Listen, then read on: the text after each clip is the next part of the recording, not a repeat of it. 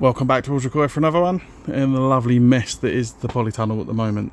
Today's going to be a quick video and it's going to be carrying on the IBC that we've been working on, and specifically the setting up the filter, getting the filter media in. Now I'm happy with my flow and the filter medias, which you can see here. So I'm going to be doing, as I said, this is supposed to be used as a shower, this filter, but half of it will probably be remaining submerged, so sort of up to this level will always be underwater, the rest will be trickle. So what I'm doing is I'm mixing my medias. This is something I've done from the aquarium days. I've always had better results when I mix my media in these type, well, let's say in these type of canister filters, which are external to the tanks. And I've tried to get medias that do different things and house different bacteria and different ones. These, I'll be honest with you, are crap, but I say they're crap, they're just not as good in terms of surface area and adherence as some of the other medias. I picked these up really cheap. These are just your standard bio balls. I walked into a shop to pick up something else and they had them reduced for like £5 on the side, so I was like, yep, I'll have them. So I've got bio balls which I'm going to stick on the topmost level.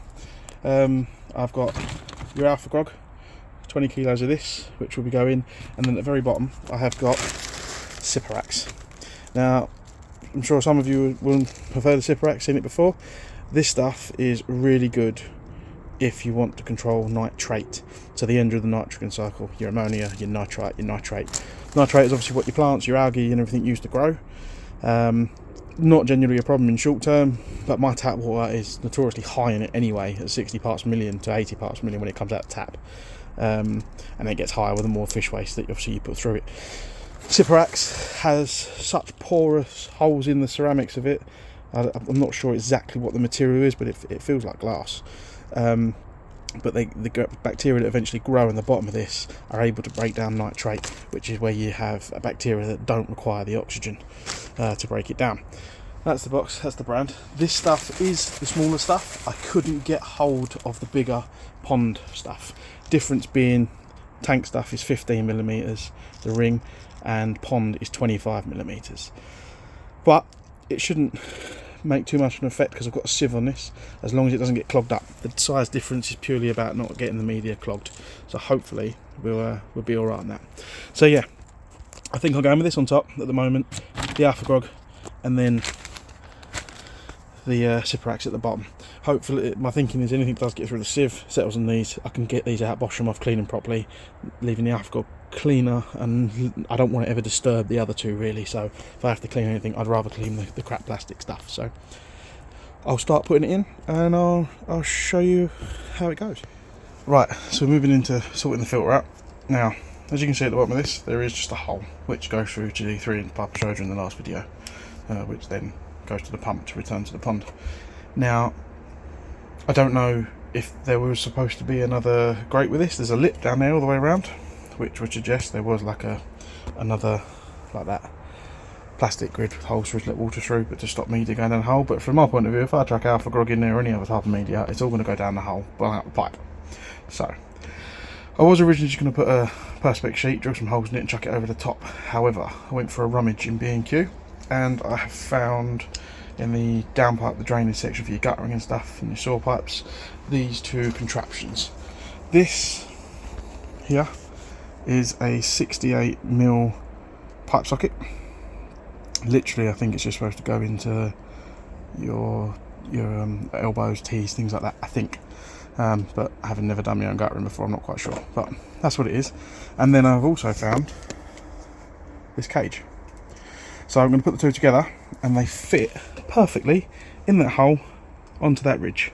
So it doesn't go anywhere, can't get stuck, and that will stop any media from going through and won't affect me flow really. So there we go. I'll put it together, pop it in, and I'll show you.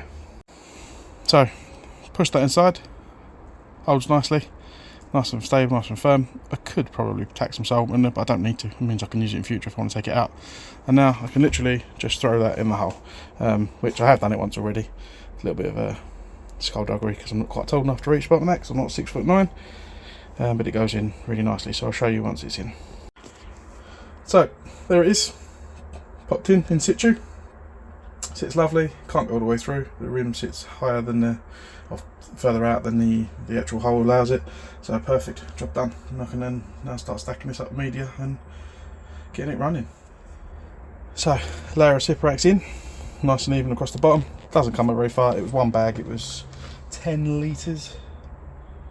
Yeah, 10 litres worth, I think, or 2 kilos of the 15mm stuff. So should be enough on a tub like this to give me some good nitrate control.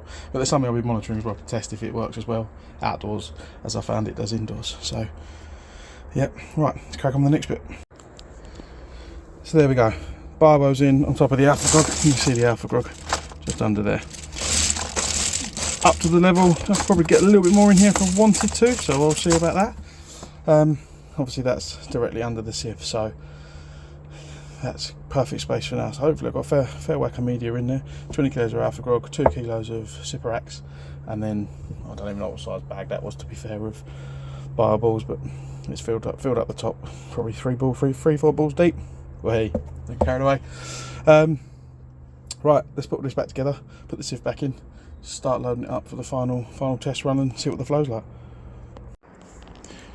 Right, so it's all back together. Like I said, I'm now going to get on with testing it and checking the flow and stuff, but I'll include that when I do an update on the tub next time. But yeah, like today, I just wanted to quickly run through what I was putting in the filter in this Roto Shower to see what I'm trying to test. So the Cyperax, hopefully we'll get some good results out of it. There'll be some updates coming out over the time, and then the rest of the media obviously to do my normal breakdown of my ammonia and nitrate, and we'll see how the trait levels go without any plant in here. So yeah, hope you enjoyed that one. Very short today. Hope you found it useful. Anyone out there thinking about trying one of these Roto Showers, I'm going to give it a full test and let you know what I think. And then yeah, I'll catch you next time when we update further on how I've got on with the tub. Cheers for watching, guys. Take care.